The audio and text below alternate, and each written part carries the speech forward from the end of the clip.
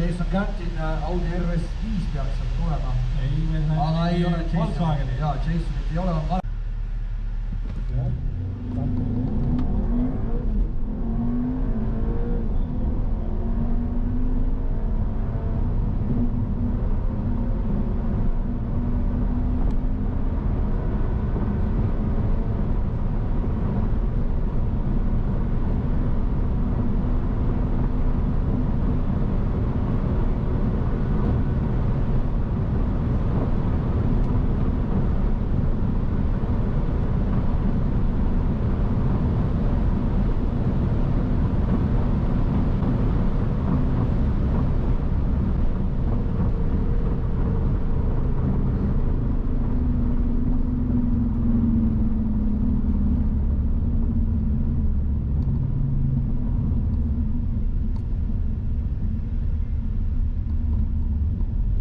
Well, the competition is over and we were really successful with both of the cars. So Karl, how did we do or what were the results?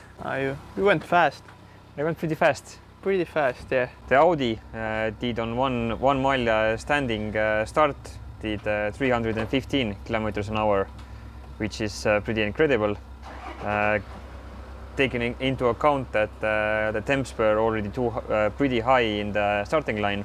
So we started with intake temperature was like 45 degrees already, and starting from 50 it starts retarding the timing. So probably I started with like less power than could have started. So, but yeah, the result was pretty incredible and we're really happy with the results. So going back next year for the 330. The Arteon did 255.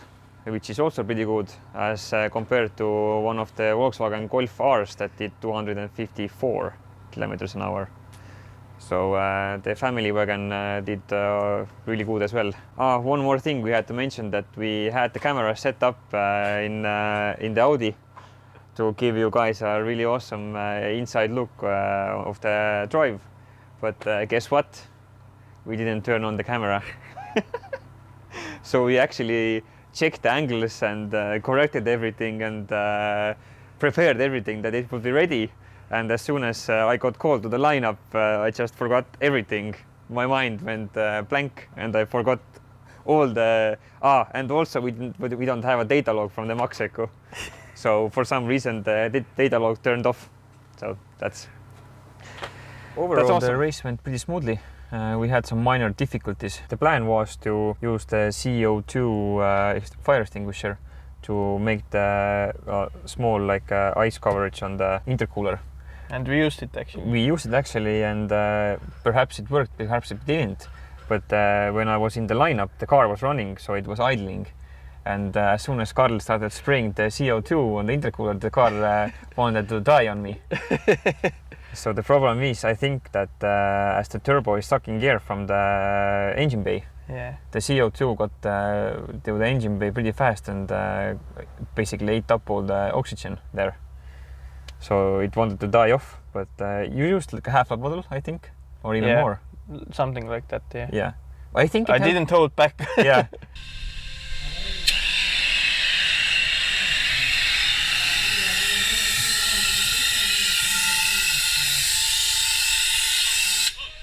I think it helped. So for next year we will definitely use it again, but then we will have a intake on a different level. So the turbo intake will be higher through the right-hand headlight. Yes. So we will make the turbo intake there, and then it shouldn't matter. So we can just cool it down and use a bigger one as well.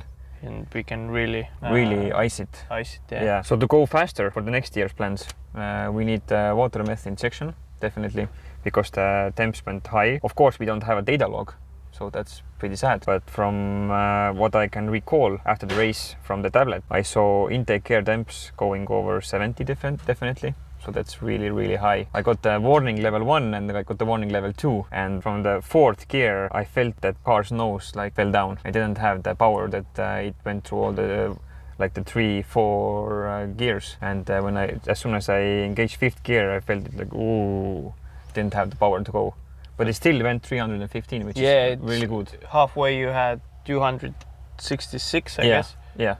and you still manage to like add The a lot second more. half, yeah, the second half was pretty good, but from what I experienced inside the car, there's definitely a lot room to improve on the temperatures because after the race we checked that only one, I have 2 oil catch cans right now, and only one had like 200 grams of oil inside, or 200, 300. So that's pretty good. But no mechanical issues, like real issues, nothing. Whatsoever. Yeah, Drove there, changed the rims, and drove back. the only problem we really had was the air temperature, Yes. intake air temperature. Yeah. So even in the lineup, when I took off for the race or for the run, I saw temperature like 45 degrees already. That's way too much. Starting from 50, the correction table kicks in and starts retarding timing. So you can imagine, even when I reached, I think, second gear, the temperature was definitely over 50 already. Yeah. And you shifted the Yes. second gear as well. Yeah, from the first to second, I think the problem was that I didn't place my hand like this, but I placed it like that, and it wanted to go to the reverse, like lockout. All right. Yeah. So I started grabbing it, but it went to the reverse lockout. So I had to put it like this, and then when I grab it, then I can grab second. So it was definitely my fault, and yeah, I will try to remember it next time. But all the other gears went like without problems. One more thing. So the day was really sunny, and the sun was actually from behind me, and the shift light made absolutely no difference. I didn't see it at all. So I changed gears from my gut feeling, since I saw that when it went over 7,000 to the red zone, I just changed gear. But from the replay, I saw that I think I hit the limiter with the third gear. So it went like dun-dun-dun-dun for a second, and then I grabbed fourth. But it isn't bad because it revs out really nicely, and I wasn't at the limiter for a long time. It's just like for once and grabbed fourth already. So, but for next year we have of other stuff to do. Yeah. According to the rules. According to the rule book, we have tons of stuff to do. So we need roll cage. I think I'm going to go with the half-bolted roll cage, so that which extends to the B piler, which is also removable, so the bolting gauge. Then we need a seat. Racing seat. Then we need a 5-point harness. Then we need a fire extinguishing system. Underneath the bonnet. Yes, underneath the bonnet. Which actually I checked already out that it isn't that expensive. Okay. So the full kit is actually 500 euros.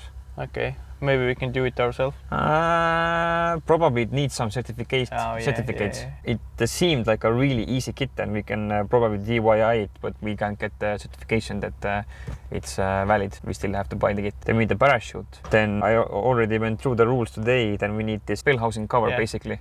So 360 degrees bell housing cover, so when something happens with the flywheel, it catches all the debris. And I think you need drive shaft loop as well. Main shaft, yeah. Drive shaft loop. So these and external electric switch as well. Yeah, so the ground switch that turns out, but that's easy because the battery is located on the back side. What we have to do is get the switch, drill a hole through the light, and just put it there. I think that's one of the easiest things to do right now. You need new suit for yourself? Yes, I need a new suit that's fireproof. Then I need socks. I need these shoes, shirt, face mask, or how it's called. I don't know. These are the cheaper ones, like the cheap deals. But I think the most expensive one is going to be the roll cage, the seat, and harnesses. So that's going to be a pretty big investment. But the cars with this horsepower, it's pretty reasonable to have one anyway. Yeah, it's not nonsense. Yeah, it's not nonsense. Tires as well. Yeah, wheels and tires probably as well. Tires at least, definitely. Yeah. But you need like... It's like this Y-rated tires. Y-rated tires, and you want some lighter wheels, I guess. Yep. Or these ones. Or these ones that we borrowed from Christian, so these look sick on this car. As they are not produced anymore, probably Christian won't let go of them for a reasonable price, let's say. Yeah, that's an issue. That's an issue. So these wheels that are right now on the car are custom ordered to match this exact specificates like this specifically. So what else from the competition? After the run, when the brake signs came up, I think for a second everything was happening so quickly, and as I didn't saw my speed, I didn't know what was the top speed or what was the final result.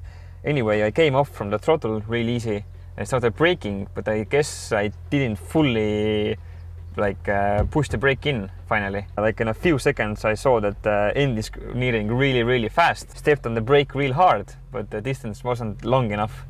So actually the last turn I came in with a four-wheel drift and like 120 kph. So I had to drive it out, but it was fine. I mean, it was a sick adrenaline rush at the end, but it was fine. And when you drove back, you saw everyone's happy and you guessed that the result was good. Yeah. It was awesome. I think I couldn't think straight for the next half hour or 1 hour. The cabin footage would have been sick. So we have a GoPro mount right here, and we had a GoPro here, but it wasn't turned on. Fuck's sake. And another sick thing happened on the competition as well. Yes. So the Estonia's 1 mile or the top speed record was broken by like 40 kph or even more. Something like that, yeah. So the previous record was held by Dodge Viper. It was 362 kph on 1 mile. So it's 40 more. 40 more. And the new record was with the Nissan Skyline GTR and 402 kph. So that's absolutely crazy. I think from the clips you can see what the surface is like on that airfield. It's really rough. It's really rough. So the concrete blocks have really wide cracks between them. It's nowhere near like a smooth surface. That's pretty crazy. And to achieve this, the top speed anyway is crazy, but to achieve this on that surface, that's nuts. That's on a whole other level. So I'm really happy about my 315, but the 402, that's on another dimension. It's like 100 kilometers an hour more than you had. Yes. Almost. Yeah, but on the braking, the car felt really solid. The braking part was the part that I was most scared of actually. So the car may be losing control, I don't know, getting wiggly on this like 315 run. So that would have been really bad. The parachute is the one that saves on these occasions. As we didn't have a parachute, I was afraid that as soon as I come off from the throttle and start braking, the car would get squibbly or start going from side to side. But it was totally fine, totally straight. Everything was really good. So that was a good part. So that I think that shows that the suspension and the brakes part is really well tuned. The suspension is actually quite soft. If you look at the video, like squats a lot. Yeah, but it squats enough. I think it's the perfect setup to try drag racing in. So it has enough weight transfer, but soft enough to launch. And if it would be like stiffer, you will start to brake the brake traction shafts and. I will brake the shafts. I will probably just do a crazy 4-wheel burnout, and that's it. So the 4-wheel drive cars need some weight transfer to the back, as do rear-wheel drives as well. Mm. So that was good. It was a really awesome event. I liked it, and we will definitely be back there next week. Well, next week, yep. Next year. We'll get all the equipment in order and go for the 300. First, we will go for the 320 kph club, so that's 200 miles an hour. And but I think we will shoot past it to 330. These are the hopes, at least. Yes, we'll see. It's quite realistic.